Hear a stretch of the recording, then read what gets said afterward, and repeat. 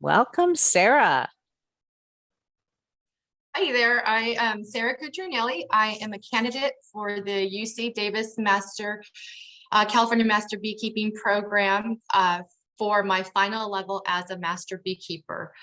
It has been quite a road doing this presentation and my travels as becoming a Master Beekeeper. Here's a little bit of my personal background. As you can see, my number one is I'm a Master Beekeeper. I am quite proud of that because I can say for myself that not many people have that title. So I take pride in that. Oh gosh, can't get teary-eyed already. In addition to my beekeeping journey, I have founded my own business called Cutrignelli Fattoria Apiaries, which is been under development and slowly growing. And I would say I'm quite proud of that too. My other pride and joy is being the beekeeping project leader for San Martin 4-H, who, as far as I'm aware, never had a beekeeping project. I am the first person for that, and it is quite exciting journey, especially because the youth in my project are anywhere from 5 to 18 years old. So I really feel it important not to exclude any youth. If they're willing to do it, I'm willing to have them because they are our future. And I feel like something like beekeeping shouldn't have an age barrier to that. Especially the youth, they're more excited about it. And if they get stung, they can shake it off better than an adult sometimes. I'm also the vice president of the Gilroy Beekeepers Association and the co-director of education and outreach on behalf of the Gilroy Beekeepers Association, which is another passion of mine that is quite time consuming in itself, considering I do have paid jobs that I have to support as well. So I should get a stipend from that, but we joke around that it's our love and enjoyment that puts us through the Gilroy Beekeepers Association. So my focus and my capstone is education, and I tossed in outreach also because the education has actually blossomed into something bigger than I had originally anticipated for my capstone. It was focused on kindergarten to 12th grade, but it actually has blossomed into adults as well. So we really should say this is probably 4 years old to however old you are at the time, just because what we present for education is not age dependent or grade level dependent. It's all similar information and important information. The focus of my capstone is educating the students specifically about honeybees and pollinators in general, but again, our focus was on honeybees. And the aim of the project was to work in collaboration with the educators who reached out and asked for us to present. And with that, we would ask what their goal is for the presentation. It always tends to fall in line with the pollinator series. Generally, I find elementary schools around October. So they will send us what their curriculum is, and I make sure I cover that about the pollinating, and then we always throw in beekeeping because that seems to be even more exciting than seeing honeybees on flowers. I'm moving off a little bit ahead on my slides here. Let's go ahead and go on. And our objective mine objective is to bring the tactile and sensory program to the youth, or actually to the public in general. So how we do this is we bring in props. And I remember the first time I went into a presentation and I had my co-director Arthur with me. I brought him with me to do this presentation to a school, and he laughed at me because I had so many things. And he said, I'm pretty sure as a presenter, you're only supposed to bring in what you can carry. And I said, well, we'll just have to make multiple trips. I had more than enough to run a show, I would say, or set up a shop in the school. And I think that is the most exciting part besides just lecturing. Props are important to keep a captive audience. My outcomes for my capstone were, of course, to have some basic knowledge for honeybees and their importance as pollinators. The secondary outcome of it was to really highlight the Master Beekeeping program, to really kind of recruit new 4-H members as well through beekeeping or any other aspects of interest of 4-H, because 4-H has quite a lot of things to offer youth, and it's quite a variety of things that kids nowadays, they don't really have the opportunity to be exposed to. Then, of course, we were highlighting Gilroy Beekeepers Association and my own business, again, Cutrignelli Fatteria Apiaries. The proposed activities and methods were to use the pollinator education program that camp has already used.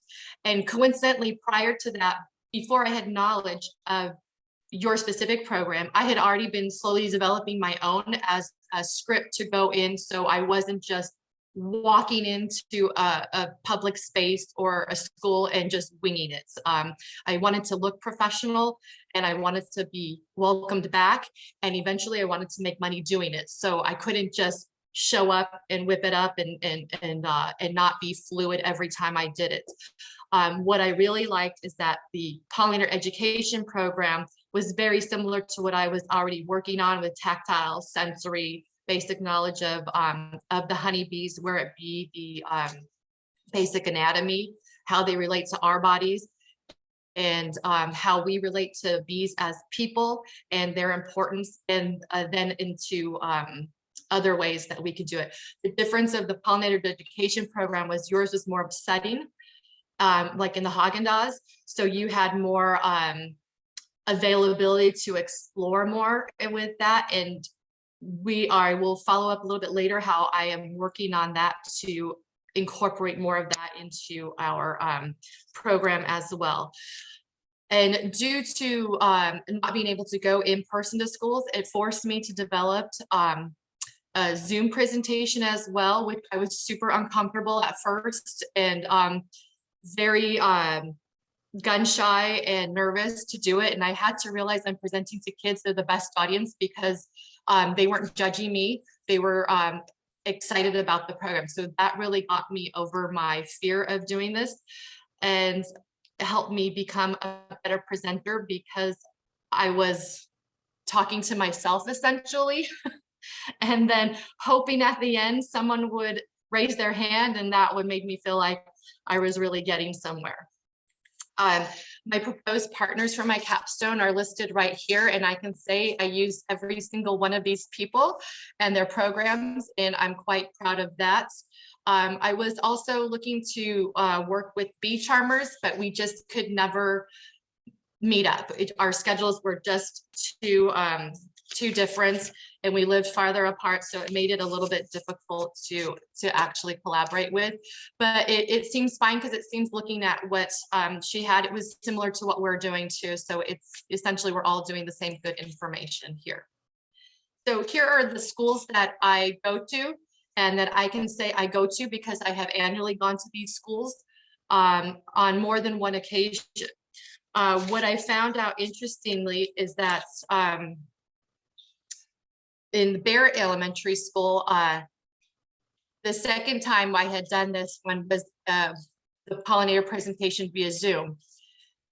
And I didn't realize that they had opened it up to actually all the schools in the district. So that was, I can't get teary-eyed over that, quite a shock and surprise. I was not aware at the time that that had happened. So I was kind of like, I think you should have told me that, but it didn't matter to me, because I was quite flattered when after the presentation later on in the day, someone I ran into in public had said, hey, my grandson was in a bee presentation in Zoom, and it was a girl, and they're like, was it you? And I said, yeah, it was. And I said, your son goes to Barrett? She says, no, he goes to whatever school. And I was like, oh, and she had said he couldn't stop talking about this. So I was like, okay, I feel good, right? So in addition to that, sorry, I had done another presentation, and I was actually on a swarm call in a neighborhood, and this little kid, it was a second grader, was walking down the street, and he saw me in my bee suit, and so he knew I was a beekeeper, and he knew that because he asked me, hey, are you that lady that presented to my school? And I went, what? And he goes, yeah. And I said, well, what school do you go to? And he said, St. Catherine. And I said, actually, yes, I am.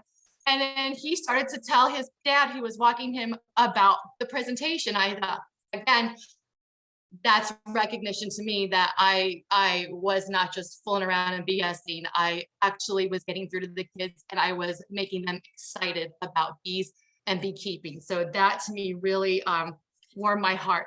So one thing also to note is that when we go in to present to the schools, or I present to the schools, everything has the curriculum of what we're going through.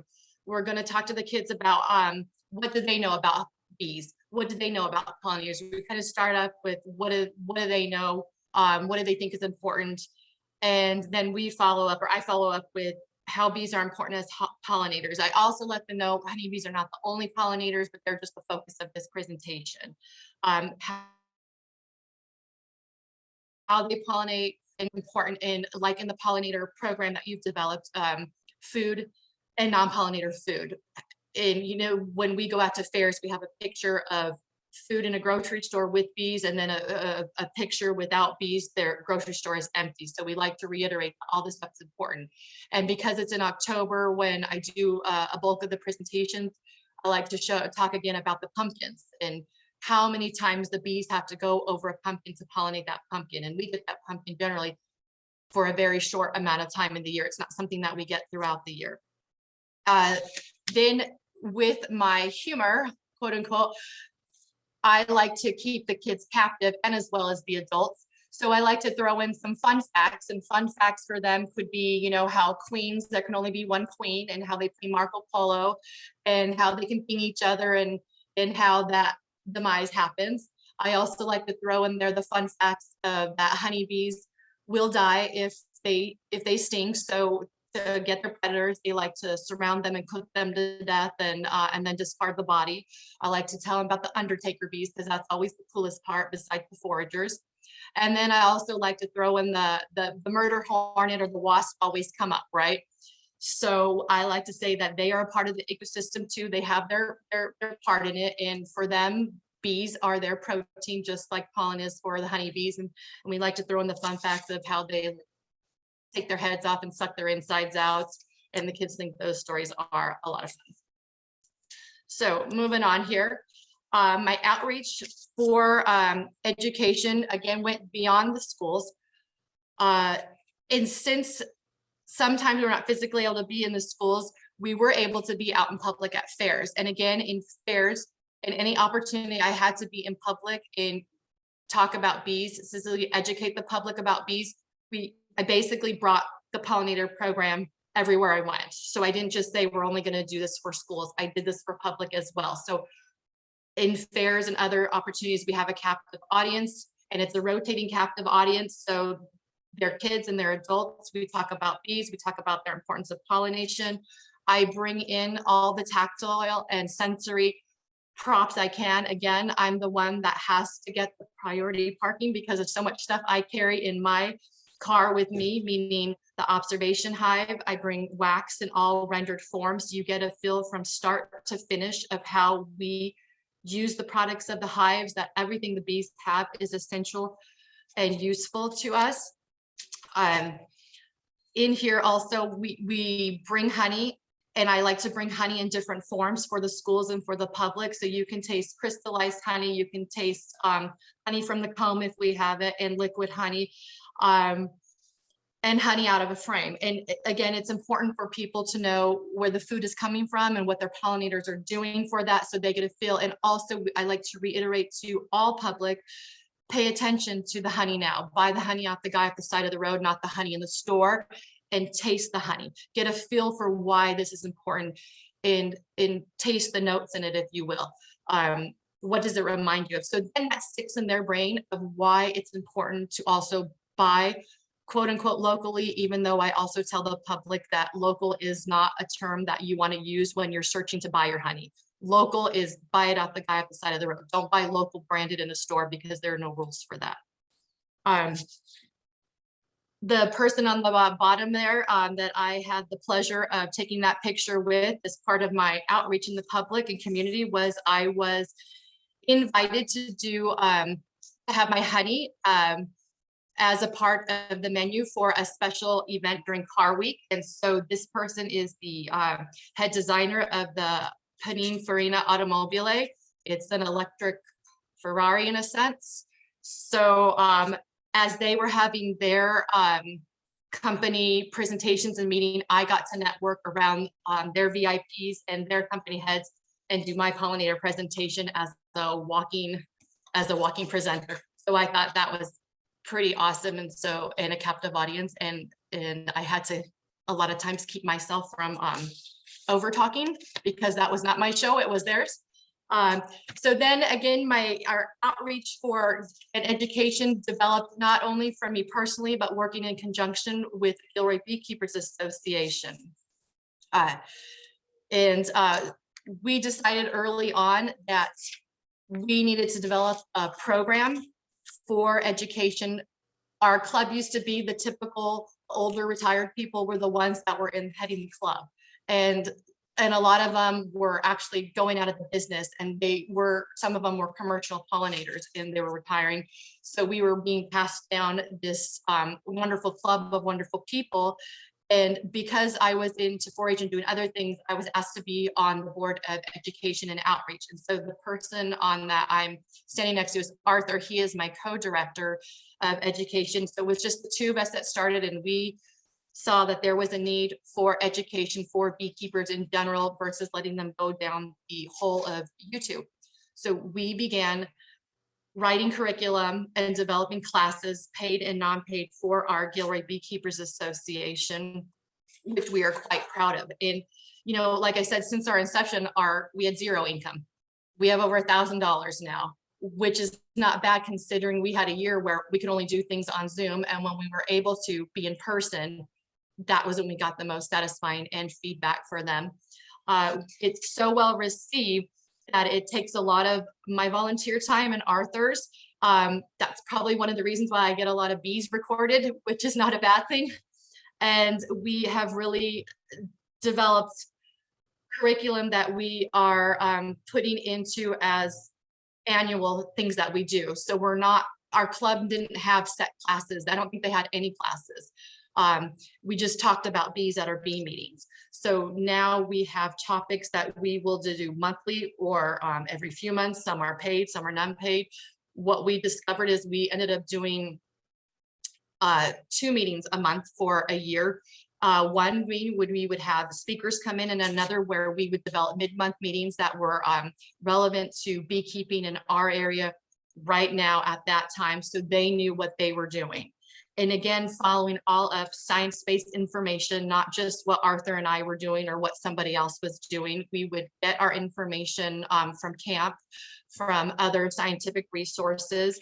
And some of the things that we would do here, as you can see, April, we did how your hive should grow and where they should be. Basically, you got your nukes or you got your package or you have 16 bees. What are you doing now with them?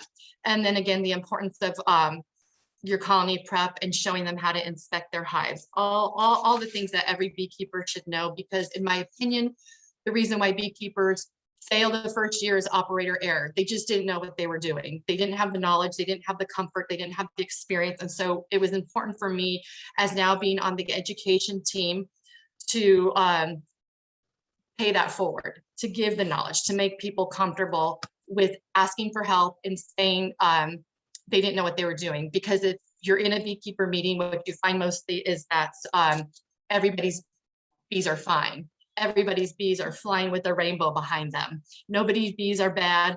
Nobody's bees got robbed out. Nobody had a disease. Nobody had varroa. And now they're more willing to speak up and say, I do. Actually, we had a new member start crying because she was so upset. And I said, that's what we're here for. We're here to help you out. So as part of our classes, we've developed them into paid. Our education team believes we should have all this stuff, something for free on our website for people to really come in and get it as a resource, but also as a revenue stream our club needs. Our club could not be dependent on membership dues alone. That's not going to sustain us, because even though we weren't paying rent for use of a facility for our in-person meetings, we would eventually, and we needed to pay speakers. And when we were doing our actually field days that were in conjunction with the Zoom. I like goodie bags. I know for a fact camp likes goodie bags. So when you do a presentation, you got something to go home with. I love that kind of stuff. And that's the first thing I noticed in camp. I was like, oh my gosh, that's awesome. I love that stuff. So we will have some sort of a goodie bag that's in conjunction with what the class is. So if we did a mid-year maintenance, we were showing how to do Varroa treatments, right? So everybody got an alcohol wash because they didn't have time to make the sugar wash, the sugar shake cup that you had given us at camp at one point for the Varroa. So everybody got an alcohol wash cup to do. It's important to keep them wanting to come back. I think when the intro to the beekeeping class that we did, we gave them hive tools. We actually had a member give we call it a cigar roll that he makes for his smokers, all well-received things. And again, while educating everybody, reinforcing every time about the bees, while they're important, not just why we want to be beekeepers. Because if you ask people why they want to be beekeepers, the number one reason is honey. And Arthur and I will say, you should just go buy your honey because it's going to be the most expensive jar of honey you're ever going to have.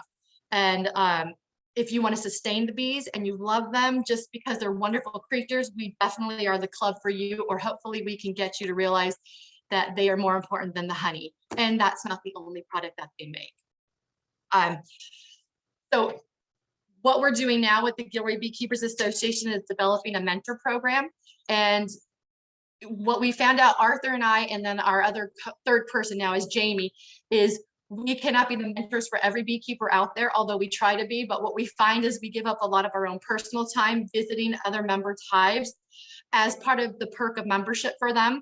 And so we'll go help them troubleshoot. And we don't just go in and take over. We go in, ask them what you need, and I have them do the work. Because if you don't do it hands-on, you don't get the experience. And for me, I learn by doing. I don't learn by just reading or listening. I have to have the repetitive moment, and in like beekeeping, that's what they need to do, that kind of stuff. So here you can see we have the collaborations with camp, big collaborations, and that collaboration with camp has introduced me to other master beekeepers in the program, and I have made contacts with and have reached out with, and we are all on Bee Guilds and we work together. And it's not a matter of this is what my club's doing and that's better than your club. I have actually reached out and said, we're working on this. What is your club doing? And I'll be like, oh, that's awesome. And then it'll lead to another conversation. And I have gotten the feedback that it is great to know that there are others out there and that we all have different issues and problems and solutions. And so it was very thoughtful to reach out and to meet my other fellow beekeepers and my other fellow master beekeepers to keep us going. So as far as our continued education track for Gilroy Beekeepers Association, we have developed our series of classes that will be now paid. Our struggle in the beginning was figuring out payment, how we make it paid. We made a mistake in the beginning of charging two prices, one which was a member and the other was a non-member price. And we realized, well, people would join the club and get the discount price. And so we undersold it. So we realize now, regardless of your membership, you will pay one price. And if you want to get a discount, you can buy a bundle of the series of classes that we'll be doing in 2022. And again, what we're working on again is our mentor program, where we will develop a script, if you will, and a certification of some sorts of this is how we're going to run the mentor program as Gilroy Beekeepers Association. You can run a mentor program as on your own, but if you want to run it under a Gilroy Beekeepers Association, we all need to be on the same script. We need to be giving the same information. And of course, you as a beekeeper will do your own troubleshooting, trial and error.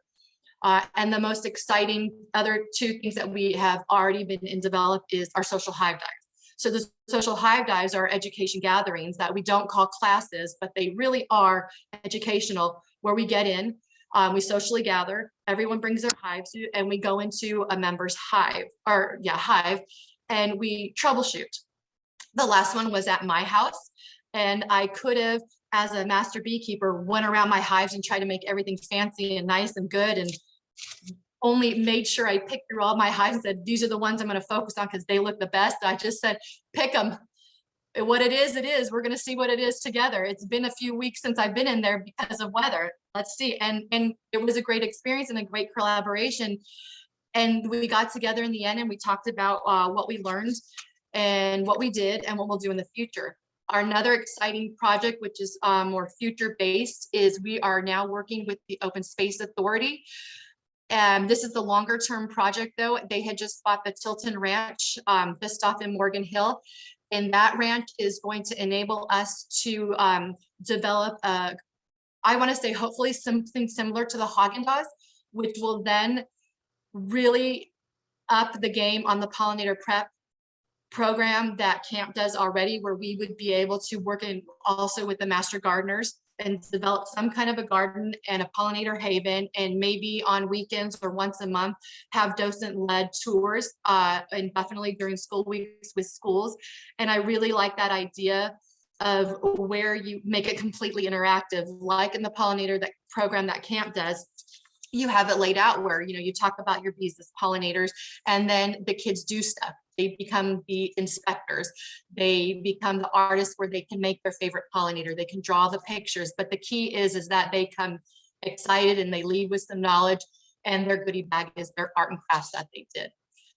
Here we are with the, as my pollinator presentations that I do on my own, aside from working in collaboration with Gilroy Beekeepers Association. These are a list of the programs that I've worked with. I've worked with Girl Scouts of America, where different troops have reached out to me and they come visit me. And fortunately, because I have youth in my project, I have bee suits. So I get the pleasure of dressing these kids up in their bee suits and pulling them right onto the apiary and learning firsthand what the bees do, which is, again, a lot more exciting than just sitting them on the ground in a garden and talking about bees. They're always getting firsthand, hands-on learning from me.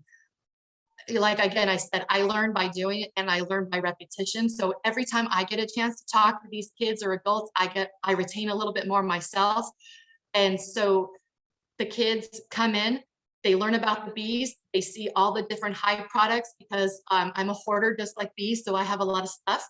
They get to see what the extractor looks like. They get to play with the extractor. They get to play with the tools. They're dressed up. They see the bees. They're learning about their importance. And again, we walk through my pollinator garden at home, and we get to expose them to other pollinators. So I get to say, okay, you have the honeybee. Well, what's that one over there? And you really get a firsthand experience of all the different things that they have. In addition to that, we have done some Facebook Live where my daughter filmed that as informational. And I was actually fortunate enough that she made a video of me as being a master beekeeper and the importance. That's on YouTube. And I had a film students who, actually a couple of film students who reached out to me, who interviewed me for their short that they're doing, one from Chapman University and another one here in Monterey Bay, who made an Instagram short for me, which I turned into, a sort of an advertising magnet for that. And here's some other follow-up outreach that I do. Again, San Martin 4-H Beekeeping Project is definitely my heart here. The kids are at all different ages. And I think it's funny that we recruit a lot of these kids from the other public outreach that we do. And we probably recruiting their parents, who then have their kids join the club because they want to be beekeepers. Or I actually have parents that are beekeepers that have their kids join because the parents don't really know what they're doing. So they figure their kids will then teach them. And so I think that's pretty cool. But I like that this program that I have developed actually is interactive. Like I say, I teach to all. So the parents come too. And because I educate public and I actually do some mentoring and have clients of my own, I have adult bee suits also. So anybody who shows up, I offer to put a suit on and I offer them to learn, and they get wrapped up in it as well. Some other things I've done is National Night Out, where, any chance we can talk about bees, we can. And again, the public and private schools that I do.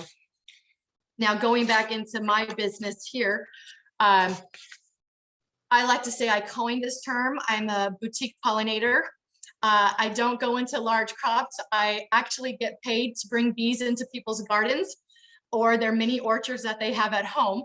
And I will bring my bees in for a month. They get the pleasure of watching the bees and seeing the rewards of actual pollination and how their own personal gardens and orchards are improved and necessary by our pollinators. So I think that's just the coolest thing, that they see that firsthand by the growth of their own orchards. And again, if I get a chance, I bring suits with them and I have them suit up and learn as they can. Also, I like to be completely interactive. I don't like to be looked at through a window.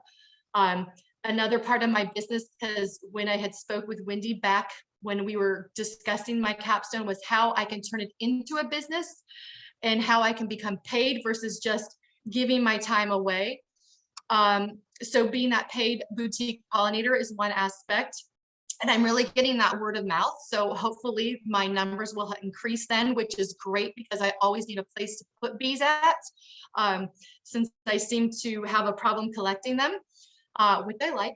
I do swarm removals, and I generally do them for free because I feel like I'm getting free bees, so it should be for free. But then I find out a lot of people are charging for swarm removals, even on the low-hanging fruit. I have had people reach out to me and say, "Is this true? This is $125. Was just on a bush," and I go, "Yes, it is." And put that in my brain. Yes, it is.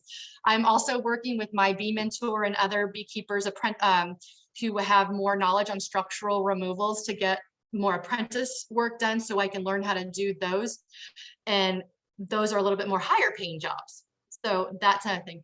I actually recently did a swarm removal for the Gilroy Fire Department, which was pretty cool for me to have them as a captive audience, because while I'm doing my swarm removal, there's downtime, right? And if they're watching me, I might as well talk to them about bees. And that was a lot of fun to do that one. My mentoring, we do through Gilroy Beekeepers Association, but I actually am a paid mentor now also. So people, I visit them once or twice a month and I get into their hives with them and I educate them constantly about the bees, the anatomy, the biology, why they're important, what we're looking for, how we're going to sustain them, how we're going to keep them going. And one of the really awesome opportunities I had was we had Santa Cruz homeschoolers, homesteaders. So they were a youth group of homeschooled kids from Santa Cruz who rented some property out here in San Martin, Gilroy area. And they reached out to us and they were doing a homesteading project where they were teaching these kids how to live off the land essentially. So I got to come in and present to them and really tie into what they were doing as homesteaders into the importance of pollination and how that all works together. As my business also, of course, the bulk of it is honey sales. And I'm fortunate enough to have these honey sales listed here in these variety of stores, restaurants, boutiques, and again, being featured in some private events. And so I'm really fortunate enough to be able to have them there. And I can say, having myself out there with my social media and anyone who will listen has developed into where people are reaching out to me to have my honey put in their stores and their boutiques, or I wrap them up as wedding favors. I've done that before too. It's even for kids' birthday parties, I've actually been reached out to. So focusing out on my business aspect, where is my money going to? Well, I know where my money is going to. My money is going to bees. There's no doubt about that. So I had to realize early on that in order to support my problem of loving bees and what I do, I needed to have income to go in with that. I couldn't drain our bank account, although I tried. So I had to go into selling honey, and I couldn't just keep my honey on shelves because then, you know, like I said, bees are hoarders. You turn into a hoarder. So I started selling my honey. I realized early on that I didn't know much about how to price my honey. And so I don't price my honey based on the national standards. I price it per ounce because I pour per ounce. So I charge $1.25 an ounce for my honey. So that's how I do my math on that. Doesn't matter. And then if it's a favor, then I add, maybe $5 on top of that for the charge of doing that. And I will have them buy their jars and I will and I will fill it. So in 2020, my revenues and honey sales alone, you can see, was almost $4,200. And my expenses for basic equipment and jars at that time was, just over $1,800. So my net income in 2020 was $2,350, which is good, right? Because then I can spend that money on more bee stuff. Or I should probably pocket it into a private investment fund and fly off somewhere. In 2021 so far, my honey sales alone are just over $4,300. And with the addition of adding on mentoring services, boutique pollinating, and hive servicing, those revenues are over $2,300. So I gotta say that's not bad at all from someone who just loves bees and realized that she had to sell some stuff to pay for her problem. In my expenses last year were a little bit higher than anticipated because I was doing a lot more. I was making hive splits. I was catching more swarms, and all that meant I had to buy more equipment. And I could never buy 5 at a time. I would always buy more in bulk because I was always anticipating more. So I have so much bulk now that maybe I should be okay next year and I won't have so many expenses because I won't need to buy so much things. But some things that are just not avoidable are mite treatments. So that is always going to be an ongoing cost, which, as you know, probably at camp is not going to be $5 or $10. It's about $150 to $300 a shot when I'm purchasing because of the number of hives that I have. And if you're wondering how many hives that it is that I require so many mite treatments, I currently have anywhere between, I say 40 and 50 hives. And the reason, because I don't have an exact number per hive, is because like weather like this, you don't know what's going on out there. I know being out there the other day, I have already lost a couple hives, and mostly due to probably nutrition and they were weaker. Going on from there. Also in my business, the future, I am looking at, we're always looking at somehow designating part of our land for some kind of agricultural tax benefit. I know the American Bee Project has some information on that. I don't know if my property qualifies for that because you're supposed to leave it completely only to the bees, right? So that may not work per se because we're kind of a working mini farm where we, my daughter has her steer that she does for 4-H or FFA. We have other animals and we're a constant work in progress on our own little property. I will be looking into the agriculture department for Santa Clara to see how you can just get your foot in the door by putting something in there like winemakers do, and then slowly I have a business, in my backyard. And people ask me about buying shirts from me or sweatshirts. So I am going to look into making more wear that I can sell on the side versus just making wear that I can wear myself. I actually made these shirts myself with my own cricket, my own vinyl, iron-on stuff. So, and that's not cheap. So I really need to look into getting that done more economically. And I kind of coined my own term here, be kind, be aware. And I just thought that was very thoughtful, and it ties into what I believe in for education and outreach of your bees as your pollinators. And that goes quite, in fact, with distinguishing bees from other stinging vespids that ruin our picnics. So that's why I put that on there, be aware and be kind. So you know who you're dealing with on that. To go back to me, I have logged in over 40 hours of B's and C's on our California Master Beekeeping portal, where we like to be relevant and also in, I'm not sure what the term is looking for, keep up with my master beekeeping requirements so I can keep my fancy title, because I am quite proud of that title. Again, like I say, not very many people have that title.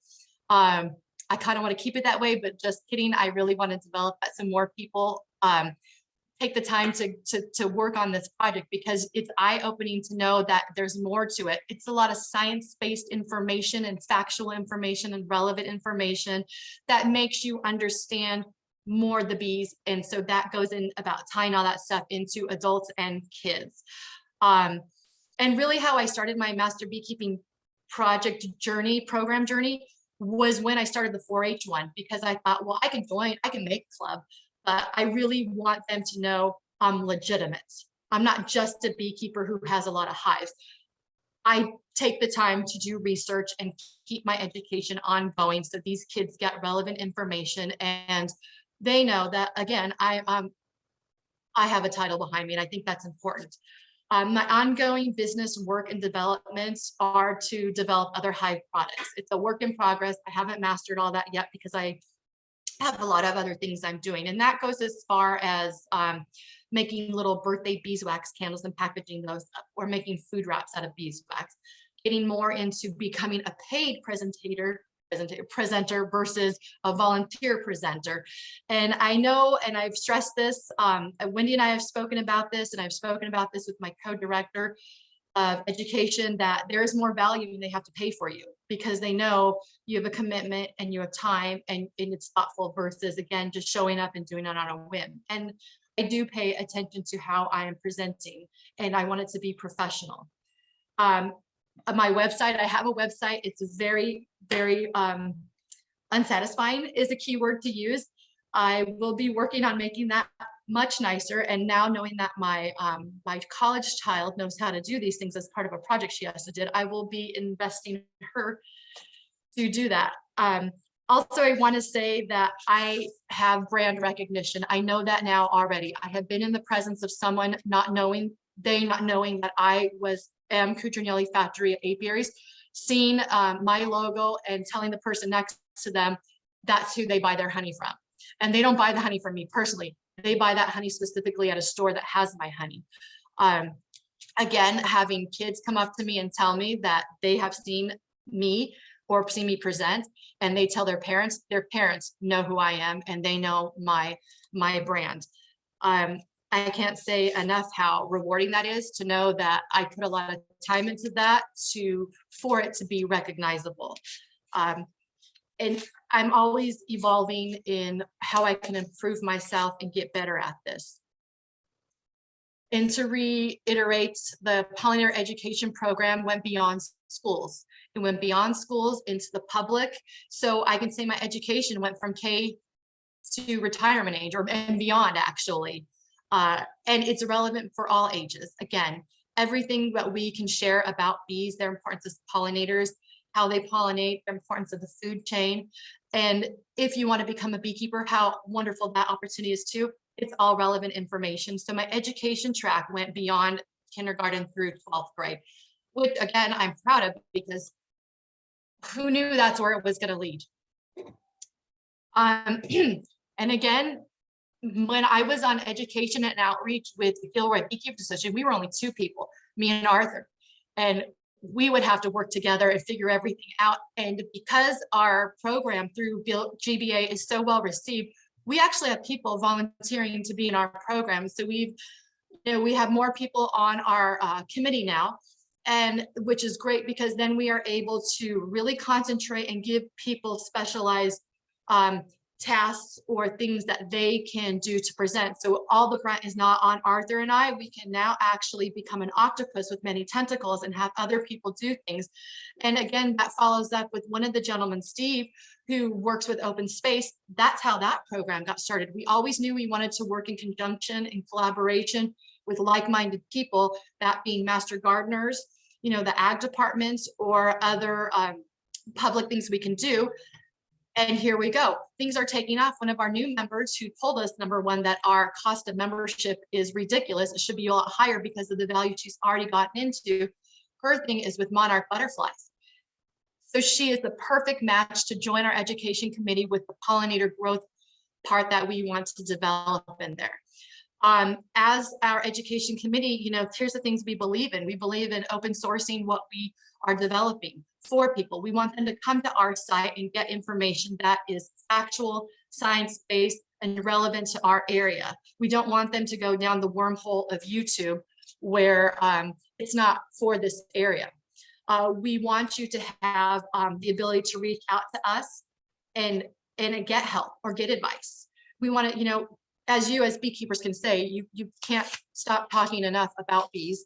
So, it's a great fit for us.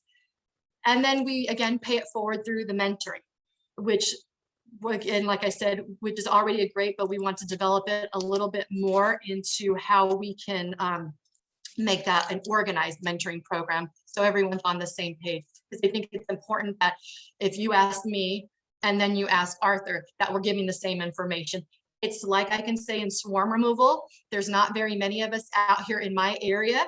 And if I can't do the job, I'll call my colleague and he will give me the exact information. So like in swarm removal, people don't necessarily like one answer, but we all seem to have the same answer. So we know it's a pat on our back that we all are sharing the same knowledge and we all know what we're talking about. So when they go, oh yeah, that's what I was told, we can say, aha, you see, I'm not making that up. And then my final thoughts here, these are things I probably say all the time, every time when I'm out in public, when I talk to people, these 3 things come out all the time. Number 1, I tell people, when you're thinking about bees, think of people. They're just like people. They've been around for 25 million years. They're just letting us play along. Science lets us learn a little bit more about them. When we talk about nutrition for the bees, when I tell the kids, if you're hungry, bees are hungry. If you need your carbohydrates, the bees need their carbohydrates, and you need your carbohydrates so you can stay focused and so you can move around, you can do sports and you can study for your test. The bees need the carbohydrates also. You get yours through a different form of sugar. They get theirs from the nectar of sugar. It all breaks down, the glucose, the sucrose, the fructose. So then, and I always use fancy terms when I talk to the kids. I don't dumb it down for them. And they learn things like corbicula. They learn pheromones. They don't have to know how to spell it, of course, but I like to put in the big words. When we're out in the fairs, it's all about the science words. You know, my other colleagues, when we're volunteering, they'll stop and they'll listen to me. And then I hear them repeating what I say back because they didn't know that they could be fancier, if you will. They thought they just had to say, here's the observation hive, go find the queen. Great job, here's our club. I'm like, no, you gotta know, you kids gotta know the stages, how they emerge, throwing fancy terms. You walk away, you feel good, you repeat the word, you don't repeat the word, but you'll remember that word, you know, and relate it, corbicula, the pollen baskets, the retinue, we bring up the retinue, and we demonstrate the royal court. How are we gonna find the queen, kids? You know, maybe she's marked, maybe she's not, but here's all the ways you can find her. It's super exciting for me. Again, it's learning by doing, showing things how you do it. And again, my final one is that I never believe in reinventing the wheel. Someone did that a long time ago. So in beekeeping, I don't try to do things on my own. I ask people, have you ever done this? Have you ever used this? And get their opinions and if it worked for them. Because science and technology are the grease that keeps things moving. You got to keep the wheel moving, right? You can't just let it get rusty. So here's how we do that. And then in final, here is just a few more pictures that I couldn't find to put in slides so you can see the work that I have done. Here's work with 4-H. Here's our 4-H branded label here. And I don't remember if I mentioned this, but 4-H is a sustainable project. They don't pay for anything. How we fund our project is through honey sales. 4-H alone has raised over $1,000 in honey sales. And that honey sales pays for the kids to have sweatshirts and shirts to wear. It pays for any additional equipment that I need, or specifically most it comes to protective gear because the kids are growing, so they need bigger suits, and their jars and bottles. And this, you know, I like to incorporate when we can't go into the hives on certain days, they paint the hives, they do the maintenance, they do it all. I like to call it child labor, but I can't say that, you know. And those hardworking days for the kids are probably even just as fun as going into the bees. And in closing, I would just like to say thank you for the opportunity to do my master level capstone presentation to you. And I look forward to hearing your thoughts and questions and my approval. And I will conclude here. Thank you. Thank you, Sarah. That Thank was you. awesome.